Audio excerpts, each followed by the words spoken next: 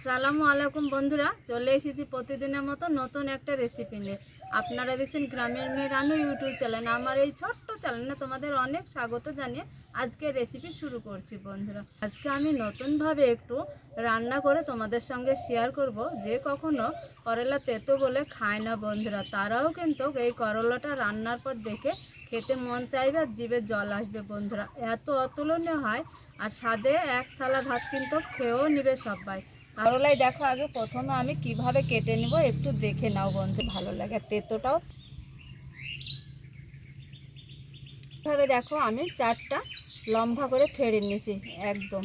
এই যে দেখো, এই যে মাঝের ভিতরে যে বীজটা থাকে, এই বীজগুলো কিন্তু আমি এবার ফেলে দিব বন্ধু। একদম এরকম ফাঁকা করে বের করে নিতে হবে আর এইভাবে একটু বোঠার অংশটা রেখে দিতে হবে। দেখো সাইড থেকে খুব সুন্দর লাগবে একদম। দিয়ে জলে আমি 10 মিনিটের জন্য ভিজে রেখে দিয়েছি।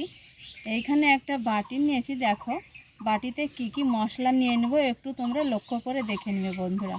এইখানে নিয়েছি 1 চা চামচ গোটা জিরে, 1 চা চামচ সরিষা কালো নিয়েছি, 6 থেকে 7টা কাঁচা মরিচ, 7-8 ক রসুন, ইঞ্চি টুকরো একটা আদা, একটু পেঁয়াজ, সামান্য একটু লবণ, সামান্য একটু চাল মগজ, সব তোমরা মিক্সচারে পেস্ট করে নিতে পারো বন্ধু।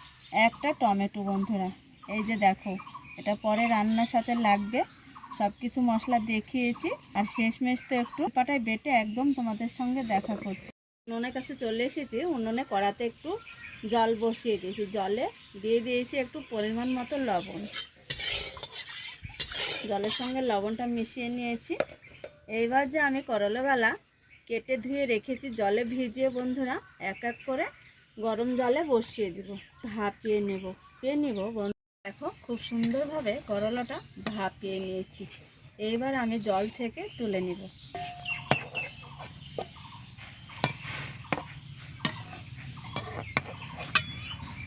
এইভাবে একটু ভাপিয়ে রান্না করলে তেতোটা চলে যায় বন্ধুরা।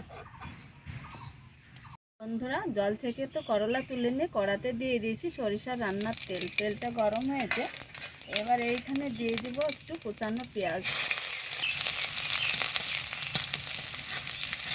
সুন্দর করে ভেজে নিয়েছি। পেঁয়াজটা যাতে কাঁচা না থাকে খুব ভালোভাবে আগে ভেজে নিতে হবে। মশলা তোমাদের দেখিয়েছি, পেঁয়াজটা ভেজে নিয়েছি ভালো করে। এই বাটা মশলাটা দিয়ে দিব। দিয়ে সামান্য একটু জল দিয়ে দিব, হলুদ গুঁড়ো, সামান্য একটু লাল লঙ্কা গুঁড়ো। বন্ধুরা, এই মশলাটা খুব ভালো করে একটু কষিয়ে নিব আগে। দেখো মশলাটা কষিয়ে নিয়েছি, জলটা কমেছে। এইখানে দিয়ে দেবো একটা টমেটো।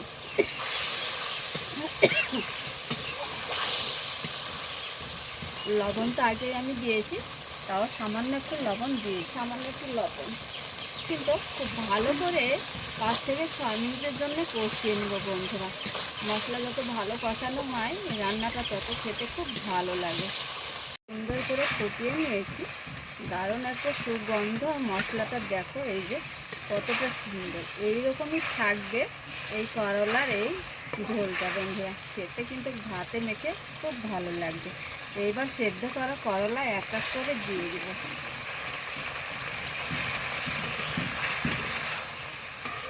6 মিনিটের জন্য একটু রান্না করে নিব, নিয়ে তোমাদের দেখাচ্ছি বন্ধুরা। এবার আমি নাড়িয়ে চাড়িয়ে একটু ঢাকা দিয়ে দিব, দিয়ে কিন্তু রান্না করে নিয়েছি। এইখানে একটু ভাজা গুঁড়ো দিয়ে দেবো, জিরের গুঁড়ো না, গোটা গোটা হয়ে থাকবে।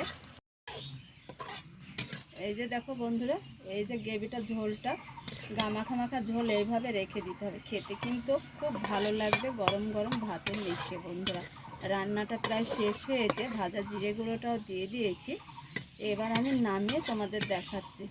শেষ হয়েছে, নামিয়ে নিয়েছি। একটা প্লেটে আমি তুলে নেব। দেখো এই যে বন্ধুরা,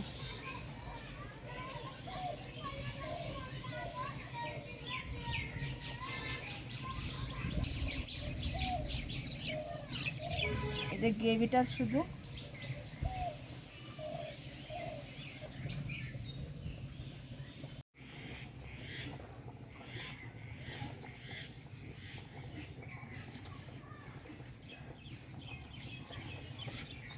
তো বন্ধুরা, করলা যারা তেতোর জন্য পছন্দ করে না তাদের জন্য এই রকম রেসিপি বন্ধুরা।